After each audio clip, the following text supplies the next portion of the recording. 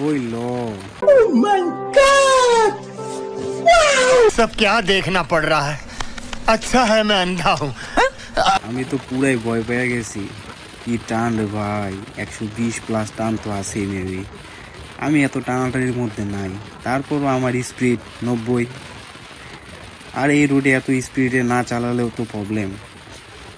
ওরে আরেকটা 4টা হেলমেটের কারণে ওই গাড়ির সাউন্ডও ঠিক মতো বোঝা যায় না।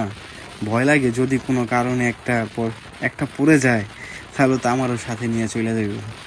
আল্লাহ মাফ করুক। যাই হোক, ঠিক মতো গাড়ি চালালেই হবে, কারণ এই রোডে প্রায় মাঝে মধ্যেই অ্যাক্সিডেন্ট ঘটে।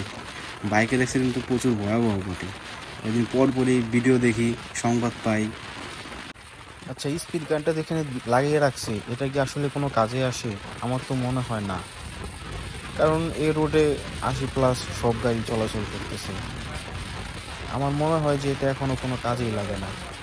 মাঝে মধ্যে দেখি পুলিশ বন্দুকের মতো স্পিড গান তাক করে দাঁড়িয়ে থাকে গাড়ির স্পিড চেক করার জন্য।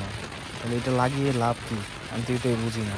এটা কি আদৌ কাজ করে নাকি শুধু শুধু লাগিয়ে রাখছি, এটাই তো বুঝি না। কিন্তু মাঝে মধ্যে দেখি যে লাইট জ্বলতেছে, মানে একটা গাড়ি গেলে ক্যাপচার করে, কিন্তু আসলে কি এটা কোনো কাজে দেয় বা কারো মামলা হচ্ছে ওভার স্পিডের কারণে? কিন্তু সেটাই বুঝতে পারতেছি না। কারণ এই রোডে ওভার স্পিডের কারণে অনেক অ্যাক্সিডেন্ট করে। বাইক যে স্পিডে চালায় সবগুলোই থাকে 100+। কয়েকদিন পর পরই অ্যাক্সিডেন্ট হয়।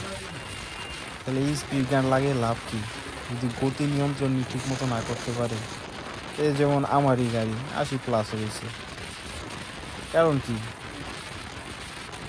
স্পিড গানে কোনো কাজ করে না, কোনো মামলা হয় না, যে যার মতো চালায়। আসলে এটাই হচ্ছে বাংলাদেশের অবস্থা। কোনো নিয়ম কানুন কেউ মানতে চায় না। ঢাকা শহরে গেলে যেমন দেখা যায় ফুটপাতে ওঠা কিন্তু নিষেধ, কিন্তু ফুটপাত দিয়ে ঠিকই বাইক চালিয়ে যায়, এরকম অনেক লোকজনই আছে।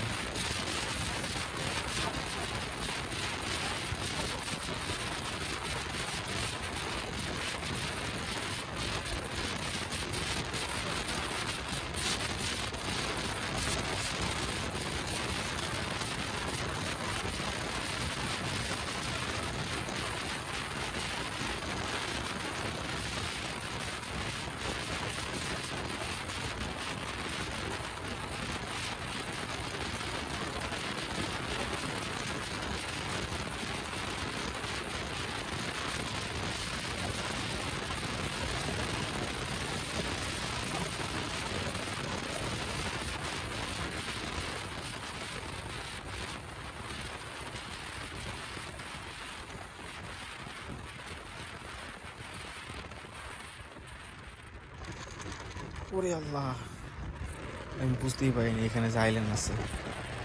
পুরো ভয় পেয়ে গেছি। যাই হোক, আল্লাহ রক্ষা করছে।